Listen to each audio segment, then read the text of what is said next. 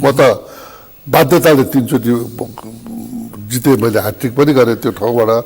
त्यो हुँदाखेरि अब प्रविधिको युग हो, युवाहरूको युग हो, साथीहरू धेरै नेपाली कङ्ग्रेस जस्तो पार्टीमा धेरै साथीहरू हुनुहुन्छ, व्यक्तिगत जित्ती पनि होइन, स्वतन्त्र भएर जित्ती पनि होइन।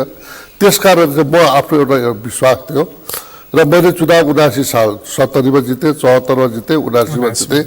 जित्ने बित्तिकै मैले 1 महिनाभित्र सबै साथीहरूलाई बोलाएर अब तपाईँहरू पनि लामो योगदान छ पार्टीमा, त्यसकारण अब तपाईँहरू चाहिँ तयार हुनु होला, अर्को चुनावमा लड्दिनँ भनेर मैले चाहिँ घोषणा पहिल्यै गरेँ।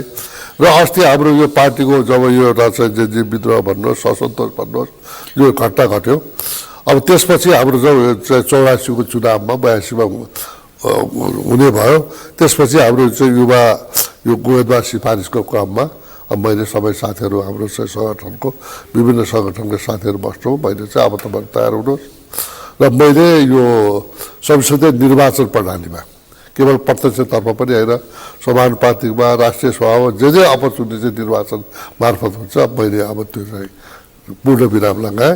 अब